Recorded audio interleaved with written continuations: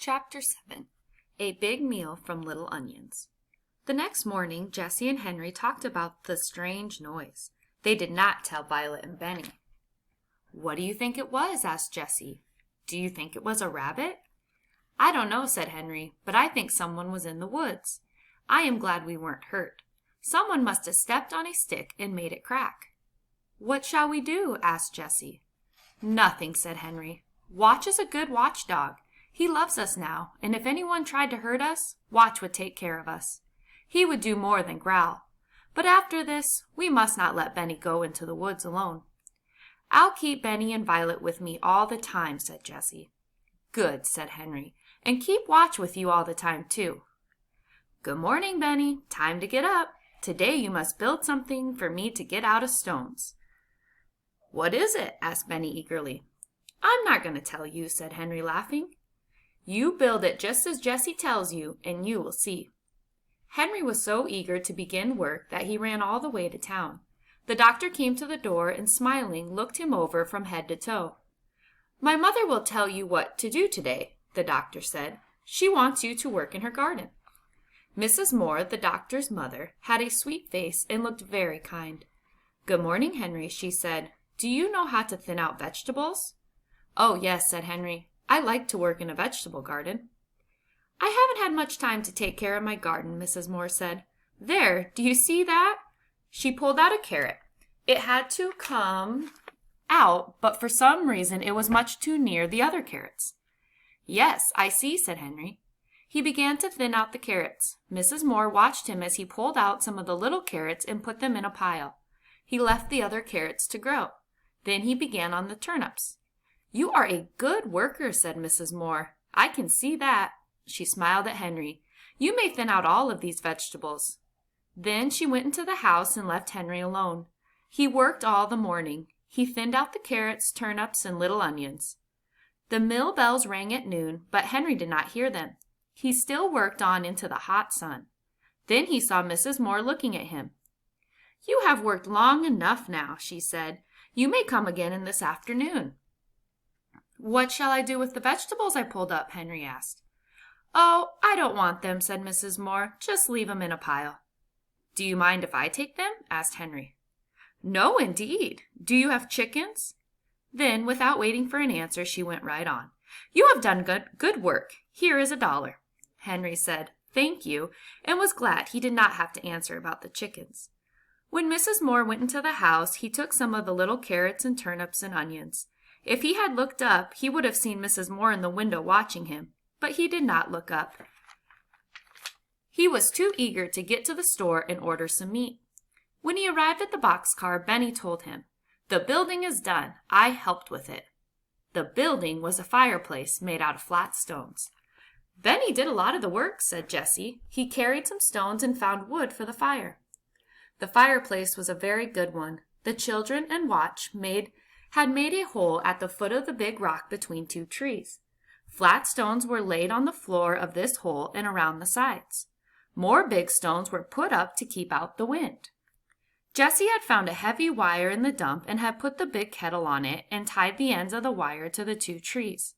The kettle hung over the fireplace and the fire was laid. Beside the fireplace was a big wood pile. "Fine, fine!" cried Henry. "You have done well. Now, let's see what I have." The girls were delighted with the meat and little vegetables. With Henry's knife, they cut the meat into little pieces. Then they filled the kettle with water from the fountain and put the meat into it, with a tin plate for a cover. Henry started the fire, and it burned well at once. Jessie cut the tops of the vegetables and washed them in the brook. "I'll put them in after the meat has cooked a while," she said. Soon the water began to boil and the stew began to smell good.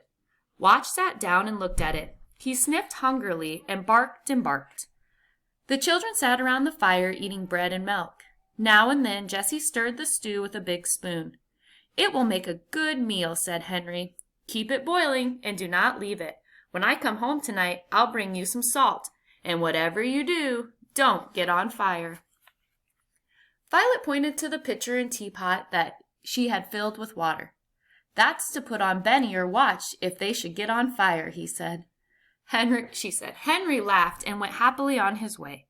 He wished he could have stayed and smelled the boiling stew, but he thought he ought to work, so he went back to Dr. Moore's house. He was very happy when Dr. Moore said, "Do you want to clean up this garage?" The garage was not in very good order. Dr. Moore laughed when he saw Henry look around for a broom. "I must go now," said Dr. Moore. "You just clean this place up." Henry began at once.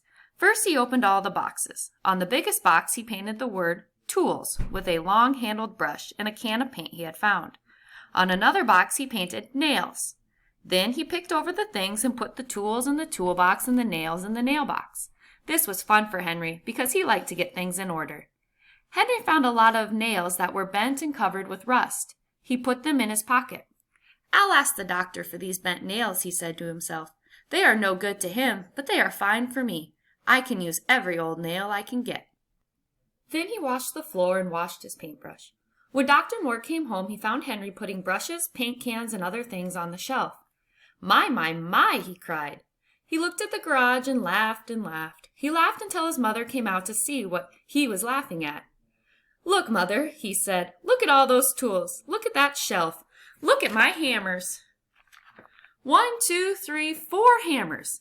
Your hammer, my hammer, and 2 other hammers. They were all lost. Can you use a hammer, Henry?" "Yes, indeed I can," cried Henry. "Take one," said Dr. Moore. "You found them all." "Oh, thank you," said Henry. He showed the doctor the bent nails and was told that he could have those too. He could hardly wait now to start home because he was so eager to show Benny and his sisters his new hammer and nails. "Tomorrow will be Sunday," said Dr. Moore. "Will you come again the next day?" "Oh, yes," replied Henry, who had lost all track of the days. "The cherries must be picked," said the doctor. He looked at Henry in a weird way. "We could use any number of cherry pickers if they were as careful as you." "Could you?" asked Henry eagerly. "Well, I'll come." So the 3 said goodbye, and Henry started for home. He had another $1, a pocketful of old nails, a hammer, and the pile of vegetables that he had left at noon. On the way home, he bought some salt. When he arrived at the boxcar, he began to smell a delicious smell. "Onions!" he shouted, running up the kettle. "I do like the smell of onions." "I like the turnips best," said Violet. Jessie took off the cover carefully and stirred in the salt, and Henry sniffed the brown stew. It was boiling and boiling. "A ladle, of all things!" cried Henry. "Where did you get it?" "I found a tin cup in the dump," said Jessie. "We used a long stick for the handle, and I tied it to the cup with a piece of wire. It makes a fine ladle." She ladled out the stew onto plates and bowls and a spoon in each one. Oh, said Benny, "I'm so hungry. I must eat my supper." The meat was well cooked and the vegetables were delicious. Violet passed her plate for more turnips. "I'd like some more onions," said Henry. All the children ate until they could not eat no more. "That was the best meal I ever ate," said Jessie. "Me too," said Violet. "I have time tonight to make Benny's cart," remarked Henry. "We'll want a cart." "Will you make it with my wheels?" asked Benny. "Yes, with your wheels," answered Henry. "But you must cart stones in when I get it done." "Yes," said Benny. I will cart stones or rocks or anything." "Tomorrow will be Sunday and I can stay at home," Henry went on. "Do you think it's all right, Jessie, to build the dam for the swimming pool on Sunday?" "Yes, I do," said Jessie. "We are making the swimming pool so that we can keep clean." Henry began happily to hammer out the bent nails with his new hammer. Soon he had some good nails. "You and I will go and find some boards, Benny," he said. "Come on." Soon the boys came back with some boards from the dump. Henry sat down and began to make the cart. He could not see very well because it was getting dark and there was no moon. But at last the cart was done and he gave it to Benny. "Thank you," said Benny politely. After his sisters had admired the cart, Benny pulled it around just for fun. Then Henry put it in the boxcar for the night. Henry said to Jessie, "I hope we do not hear that strange noise tonight."